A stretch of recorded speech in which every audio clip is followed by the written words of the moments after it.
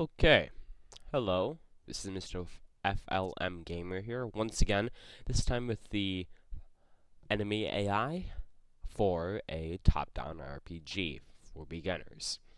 Okay, so I took the liberty of creating a sprite. He is a simple 32 by 32 centered sprite, just a box, red box. Okay, the first thing you want to do after creating your sprite is create an object. I'm going to call it obj enemy. And then you have to give it the enemy sprite.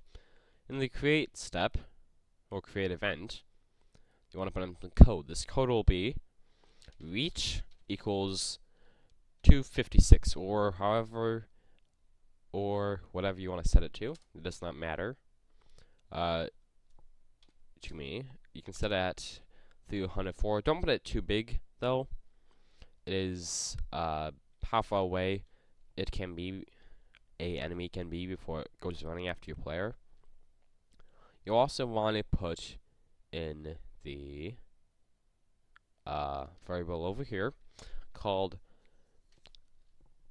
direction equals random. Then parentheses put 360. So it will go in a random direction when it starts. And speed equals 3. You can set it at 3. And SPD equals speed. I believe that is all we need for now. Oh, yes, we also need damage equals 1.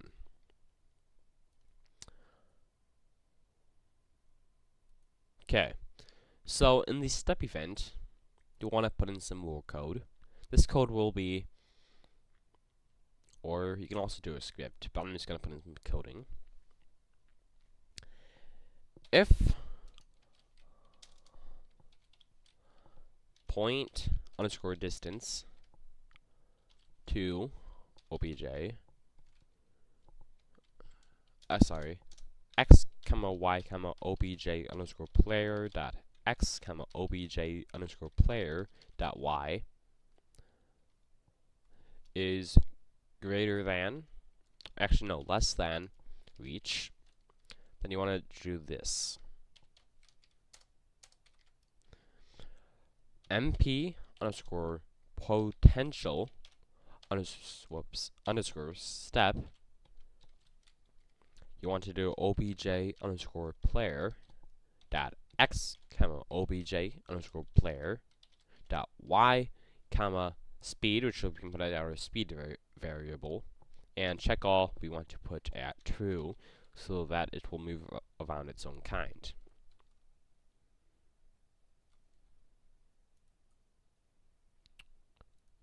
Y. There. I forgot to put in the Y. So if we have it like this, and we go out and run the game, we have to put in a object like that into our room. It will, as you see, go after us if we get too close.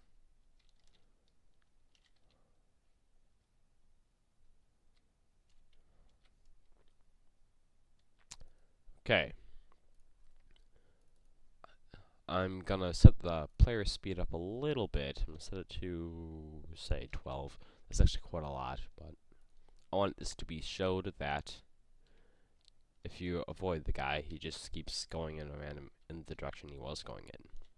However, we do not want that, so we are not over yet. Okay. Put this back at 5. I know he was at 4 earlier, but I want him to be able to outrun the enemy. Okay, so in the step event, we want to put if point underscore distance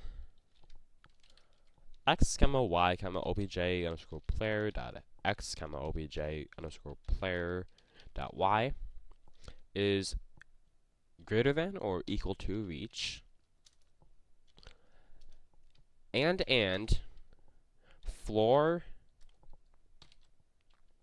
then up parentheses put random, then up parentheses again put 60, then in brackets down here, you want to put in the variables direction equals random,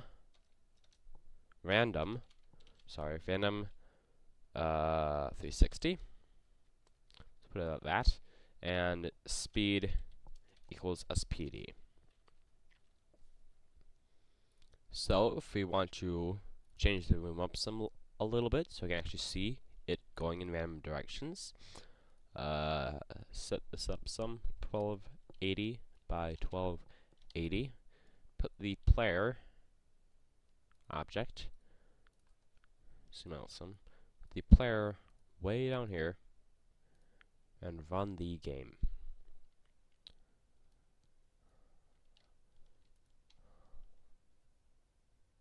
Okay.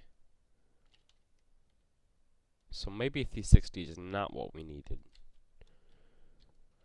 Hold on. Okay, so the issue we forgot, well, I forgot to put in here, was this SB is going to be less than 1 in the step event for object enemy. Run that again, and we have AI working.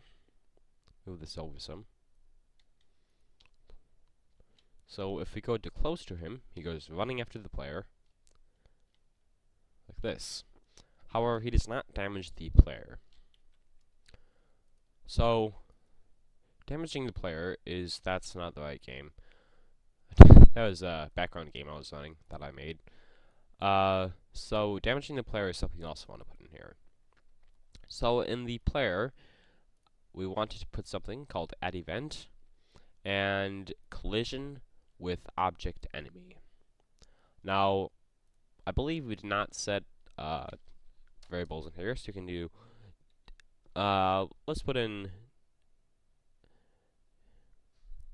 SDMG time equals 0 and SDMG underscore time. Oopsies. This is actually can just go into the enemy.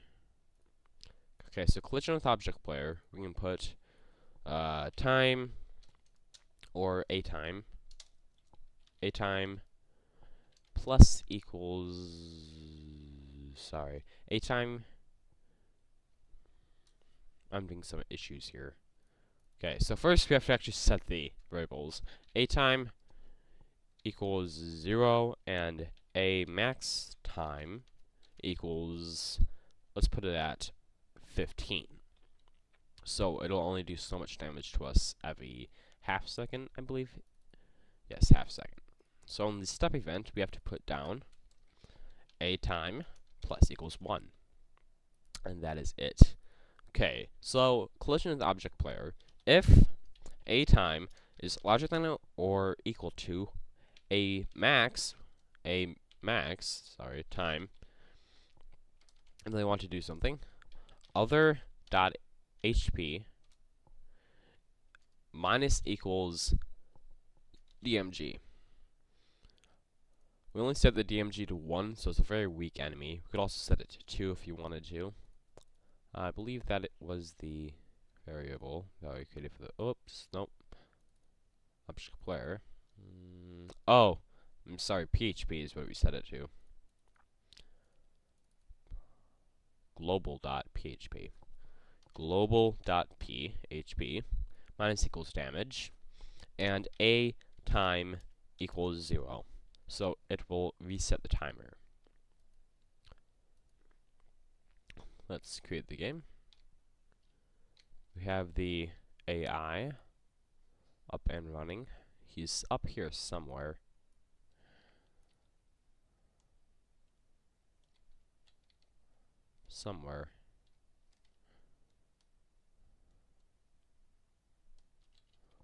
Oh, yep, he's here. Oh, he's damaging me. In the corner, you can look and see. She probably can't see. But I currently have 30, 28, 26, and it'll keep on changing for a long time. I only have 22, so. Okay, so we also have to make the player die, so I'm just going to quickly set step event quickly. Object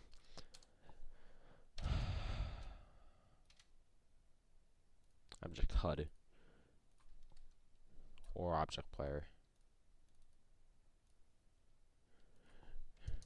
if global dot php is less than or equal to 0, then then down here we want to put room underscore restart. So that will restart the room.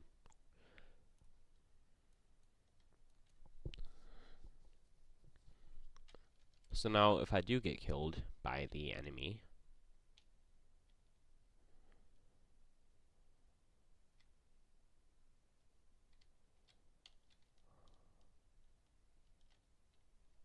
I do not know where he is though. Nope, found him. It's way down here. Okay, so he's going after me instead of just moving randomly. And I am taking damage slowly. I'll pause the video until I get into low health. Okay, we have 8, 6, 4, 2, and now 0 health, and the room restarted. Sweet. I'm now down here in the corner, and the enemy is moving randomly. Again, now he's up here, and I'm taking damage. So that is how you do enemy AI in the object enemy. And this was Mr. FLM Gamer here, and be sure to be tuned in for the next video.